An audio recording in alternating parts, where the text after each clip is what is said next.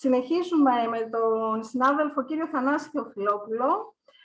Ο τίτλος είναι της εισήγησής του «Επαγγελματική απασχόληση κοινωνιολόγων πάνω σε θέματα φύλου και ΛΟΑΤΚΙ».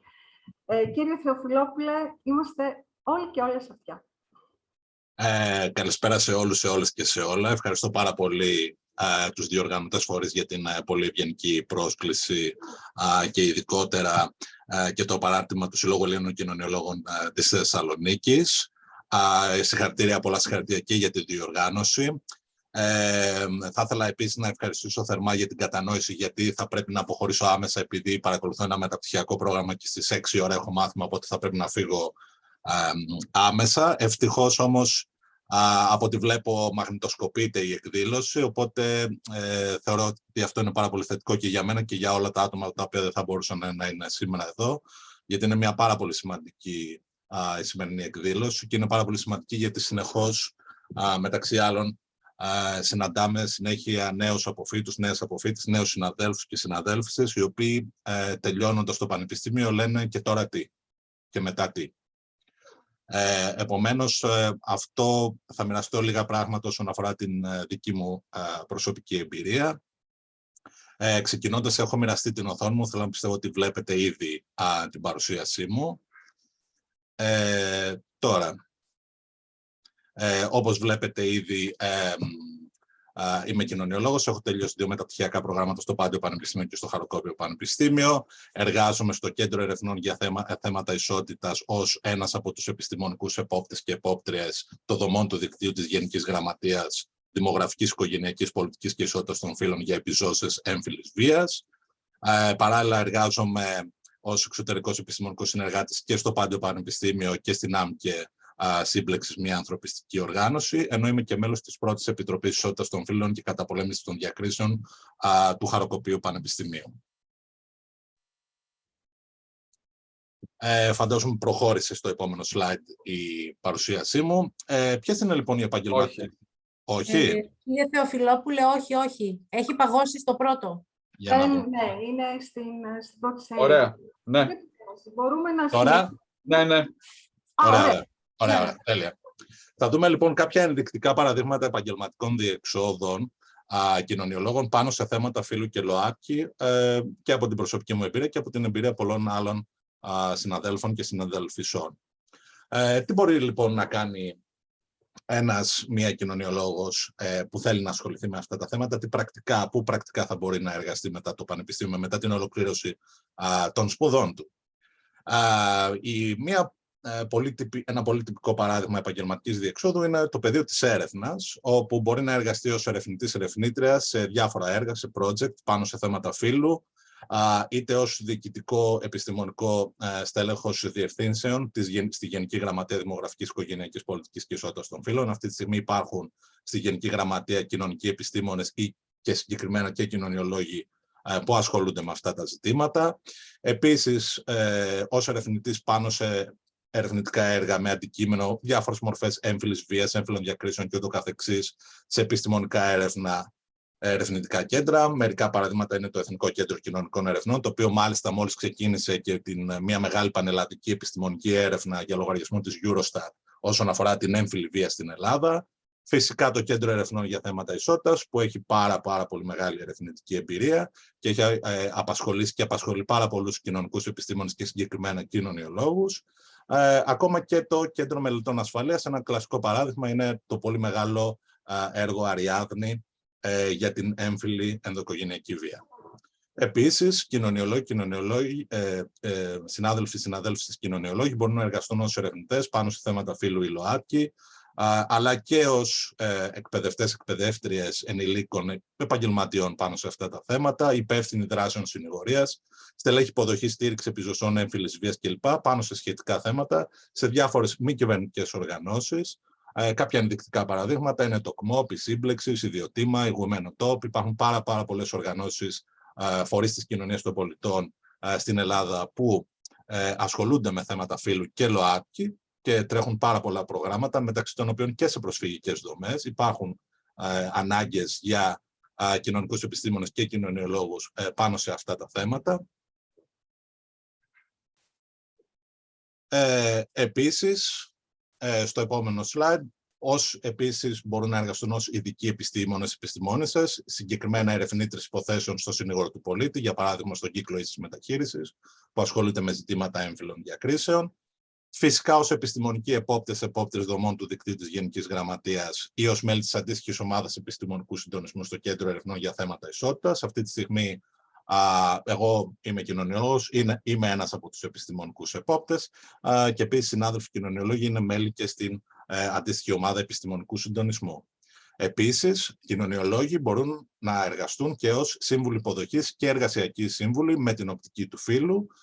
Μάλιστα, ακολουθούν και μια συγκεκριμένη εκπαίδευση από το ΕΚΔΑ πάνω σε αυτά τα ζητήματα, στα συμβουλευτικά κέντρα γυναικών και στους ξενώνες φιλοξενίας επιζωσών έμφυλης βίας των Δήμων. Μάλιστα, αυτό προβλέπεται και νομοθετικά, που είναι πάρα πολύ σημαντικό. Με το νόμο 4604 του 2019, τα άρθρα 25 και 26 προβλέπουν ρητά θέσεις κοινωνιολόγων στις συγκεκριμένες δομές, το οποίο δεν είναι και πάρα πολύ συχνό και είναι και μια πολύ βασική αδυναμία αυτό. Προφανώς ένα πτυχίο κοινωνιολογίας δεν αρκεί στη σύγχρονη εποχή. Χρειαζόμαστε διάφορες μεταπτυχιακές εξειδικεύσεις, πλέον όχι μόνο μία και δύο και τρεις και τέσσερις πολλές φορές. Κάποια ενδεικτικά παραδείγματα.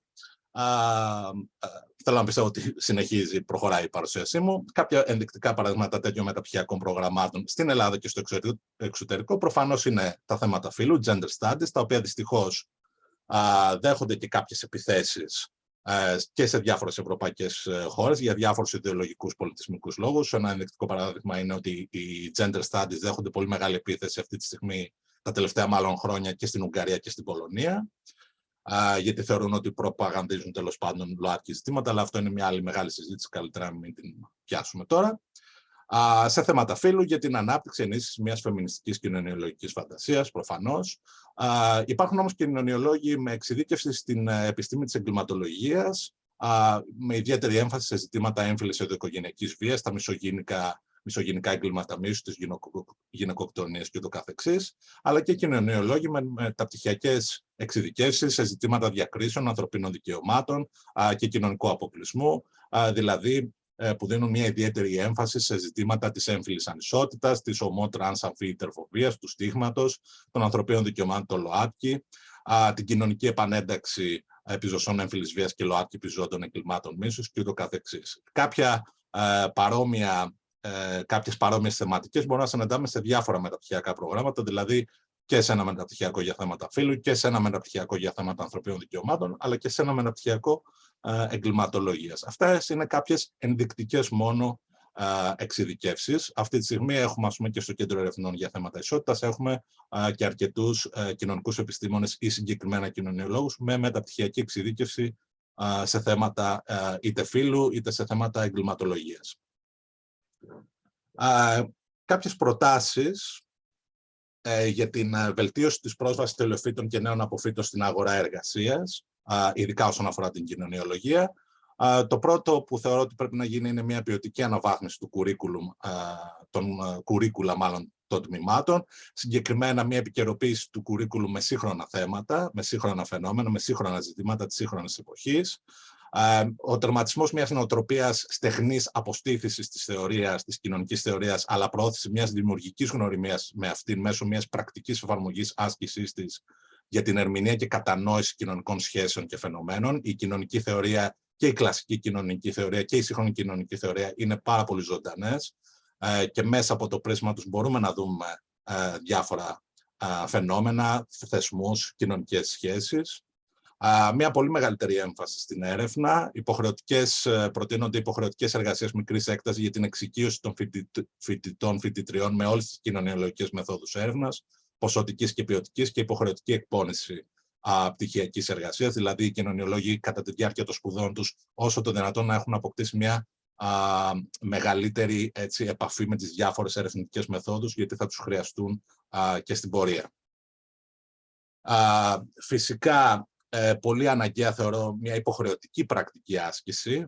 Όταν εγώ ήμουν φοιτητής στο Πάντιο Πανεπιστήμιο, δηλαδή από το 2002 ως το 2006, η πρακτική άσκηση ήταν επιλογή και ήταν αρκετά υποτυπώδης, θα τολμήσω να πω. Θεωρώ ότι είναι αναγκαία μια υποχρεωτική άσκηση 2 εξαμήνων του τελευταίου ακαδημαϊκού έτους, με ουσιαστικό και όχι τυπικό επιφανειακό περιεχόμενο. Θα μπορούν παράλληλα ενδεχομένως να γίνονται και κάποια μαθήματα, σε μικρότερο βέβαια βαθμό. Ορισμένες μάλιστα θέσεις θα μπορούν να χρηματοδοτούνται από χορηγίες, από κληροδοτήματα ή στο πλαίσιο προγραμμάτων εταιρικής κοινωνικής ευθύνης κ.ο.κ.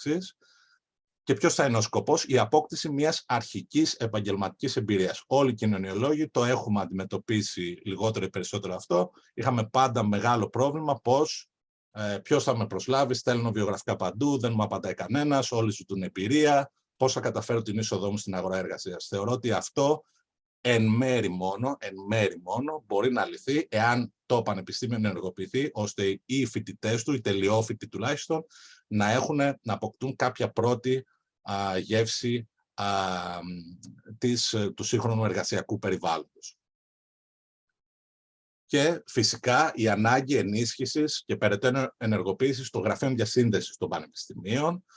Δυστυχώς εδώ παρατηρούνται πολύ διαφορετικές ταχύτητες, δηλαδή τα γραφεία διασύνδεσης διαφέρουν από πανεπιστήμιο σε πανεπιστήμιο. Βλέπουμε γραφεία διασύνδεσης σε κάποια πανεπιστήμια είναι πάρα πολύ ενεργοποιημένα και δραστήρια και σε κάποια είναι πάρα πολύ, να το πω έτσι, παθητικά ή απόντα ολοκληρωτικά. Ο σκοπός λοιπόν των γραφείων διασύνδεσης εδώ θα ήταν να ενημερώσουν τους τελειόφοιτους νέους απόφοιτους για τα επαγγελματικά δικαιώματά τους και τις πιθανές επαγγελματικές διεξόδους. Πολύ συχνά αυτό το βάρος μετακυλίεται αργότερα στο Σύλλογο Ελλήνων Κοινωνιολόγων. Θα μπορούσαν ήδη τα γραφεία διασύνδεσης μέσα ή ακόμα και τα τμήματα κοινωνιολογίας να ενημερώνουν πρακτικά τους τελειόφοιτους, τους νεαρούς απόφοιτους για ποια είναι τα κατοχυρωμένα επαγγελματικά δικαιώματά τους, αλλά πέρα από τα κατοχυρωμένα και τι θα μπορούσαν πρακτικά να κάνουν. Η ανάπτυξη δεξιοτήτων αναζήτησης εργασίας μέσω της συμβουλευτικής απασχόλησης προφανώς, η ενημέρωση των φοιτητών και νεαρών αποφοίτων για τρέχοντα προγράμματα υποτροφιών και μεταπτυχιακών διδακτορικών σπουδών, τη διοργάνωση φιλοξενία εργασιακών φεστιβάλ με τη συμμετοχή πιθανών εργοδοτών. Είναι μια πρακτική που έχουμε δει και σε ελληνικά πανεπιστήμια και σε πανεπιστήμια του εξωτερικού. Και φυσικά την ενημέρωσή τους για αγγελίες θέσεων εργασίας, προκηρύξεις και ευκαιρίες πρακτικής άσκησης στην Ελλάδα και στο εξωτερικό.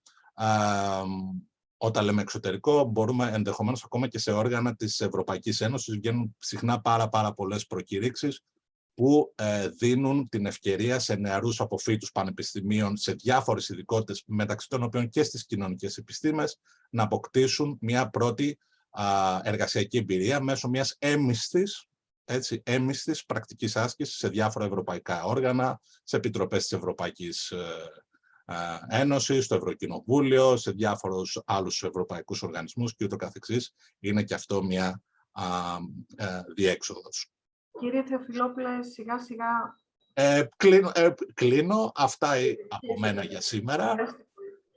Έτσι, σας ευχαριστώ όλους πάρα πολύ. Εύχομαι κάθε επιτυχία στην πορεία του σεμιναρίου. Πολλά συγχαρητήρια. Είναι μια απαραίτητη πρωτοβουλία και θεωρώ ότι το ζήτημα αυτό θα πρέπει να συνεργαστούμε πάρα πολύ στενά και το συνδικαλιστικό μας σωματείο, που είναι ο Σύλλογος Ελλήνων Κοινωνιολόγων, αλλά και οι επιστημονικοί φορείς όπως είναι η Ελληνική Κοινωνιολογική Εταιρεία και φυσικά κομβικός ο ρόλος των πανεπιστημίων. Θα χρειαστεί μια στενή συνεργασία σε όλους αυτούς τους τομείς για να μπορέσουμε να βελτιώσουμε την θέση των κοινωνιολόγων, την εισαγωγή τους σε πρώτη φάση στο εργασιακό περιβάλλον. Σας ευχαριστώ όλους και όλες πάρα πολύ.